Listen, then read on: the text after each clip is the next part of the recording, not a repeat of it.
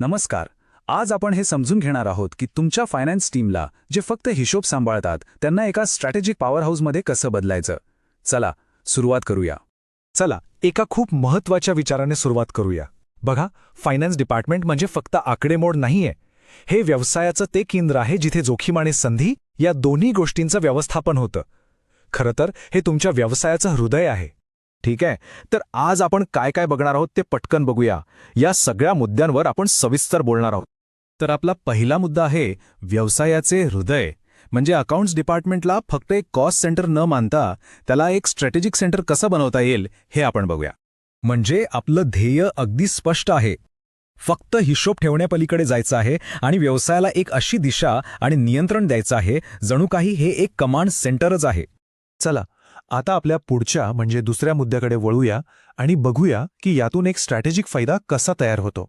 आता बघा, प्रत्येक व्यावसायिकापुढे हा प्रश्न असतोच. समजा एखादी नवीन फायनान्शियल स्ट्रॅटेजी तपासायची आहे, पण आपल्या मूळ अकाउंट्सच्या पुस्तकांमध्ये कोणताही बदल न करता हे कसं शक्य आहे? याचं उत्तर आहे सिनारिओ मॅनेजमेंट नावाच्या एका जबरदस्त टूलमध्ये. हे तुम्हाला भविष्यात काय होऊ शकतं याचं विश्लेषण करायला मदत करतं. आणि हे इतकं सोपं आहे बघा. खरं तर कोणतीही फायनल एंट्री न करता तुम्ही तुमची आर्थिक रणनीती तयार करू शकता. म्हणजे वेगवेगळे पर्याय तपासून बघता येतात आणि मग सर्वोत्तम निर्णय घेता येतो.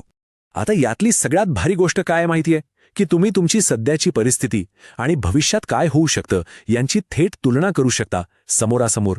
यामुळे योग्य निर्णय घेणं खूपच सोपं होतं. ओके, आता वळूया पुढच्या भागाकडे. तुमच्या फायनान्स टीमच्या कामातला एक मोठा अडथळा जो त्यांचा खूप वेळ खातो त्यावर आता आपण बोलूया.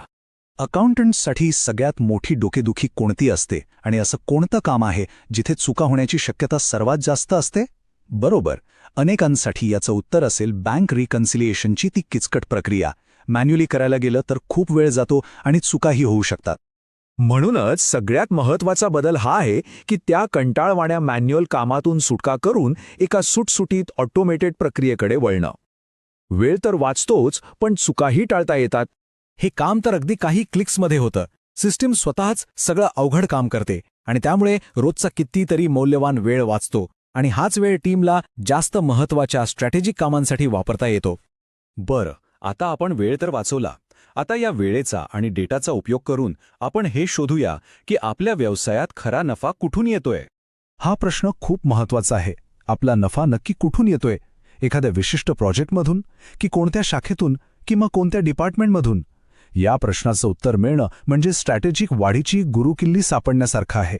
हे शक्य होतं कॉस्ट सेंटर्स वापरून. यामुळे होतं काय की तुम्हाला तुमच्या फायनान्सची अगदी सखोल माहिती मिळते. प्रत्येक खर्च आणि उत्पन्न कुठून येतंय हे तुम्ही अगदी सहज ओळखू शकता.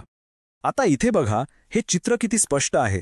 आपल्याला लगेच कळतंय की नक्की नफा कुठे जास्त आहे आणि यामुळेच हुशारीने व्यावसायिक निर्णय घेणं शक्य होतं. चला तर मग आत्तापर्यंत आपण जे काही पाहिलं ते सगळं एकत्र जोडूया. म्हणजे हा दृष्टिकोनातला बदल नेमका काय आहे याचे एक पूर्ण चित्र आपल्यासमोर उभं राहील. म्हणजे बघा, टॅली प्राईममुळे काय होतं, आपण फक्त डेटा एंट्री करण्यापासून स्ट्रॅटेजी बनवण्याकडे जातो, मॅन्युअल कामांमधून ऑटोमेशनकडे जातो आणि साध्या रिपोर्ट्सऐवजी आपल्याला सखोल विश्लेषण मिळतं. आणि म्हणूनच हा सर्वात महत्त्वाचा मुद्दा आहे.